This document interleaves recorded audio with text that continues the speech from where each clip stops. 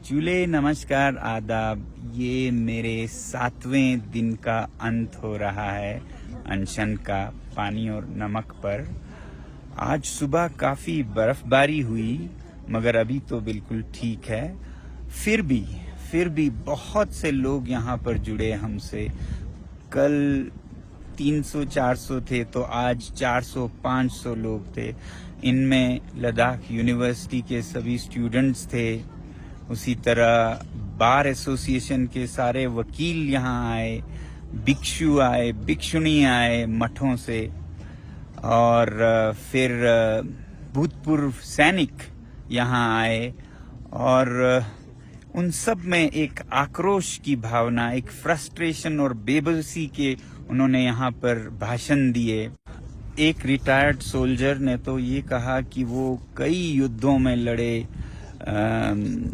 पाकिस्तान के साथ, और उन्होंने देखा कि लद्दाख के जो सिविल वॉलंटियर्स हैं, स्वयं सेवक हैं, जो कि आगे युद्ध भूमि तक बिना कुछ पैसे के काम करने गए, गोला बारूद ढोने के लिए गए, वो सैनिकों से भी बेहतर थे।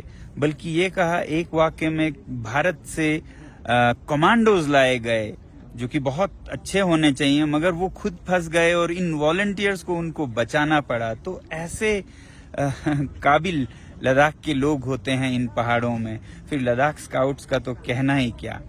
और यहाँ के एक फेमस कॉमेडियन हैं जिन्होंने कहा कि जब चीन घुस आता है तो लद्दाख के लोग जान देकर रोकते हैं, मगर अब अगर भारत सरकार हमारे लिए कुछ नहीं कर रहा है तो अगली बार वो आए तो हम उनको रास्ता दिखाएंगे, हम रोकेंगे नहीं। हम जान क्यों दे जब हमारा कोई संरक्षण नहीं हो रहा है।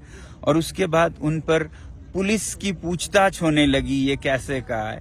मेरा तो ख्याल है कि दूत को मारने से, डोंट किल द मैसेंजर कहते हैं ना, सॉल्व द प्रॉब्लम।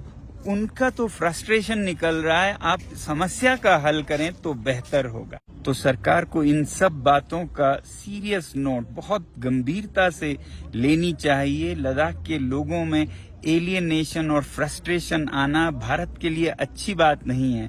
वो कहते हैं ना, रहीमन तागा प्रेम का ना तोड़ो चटकाए, टूटे से फिर ना जुड़े, जुड़े गांठ ही पड़ जाए। एक बार टूट गया तो फिर उसमें गांठ पड़ी की पड़ी रह जाएगी। तो इन सब बातों को देखते हुए अगली बार किसी युद्ध में लोगों में जज्बा कम दिखे, वो स्वयं सेवक बन के न निकलें, तो इसका जिम्मेदार सरकार खुद होगी।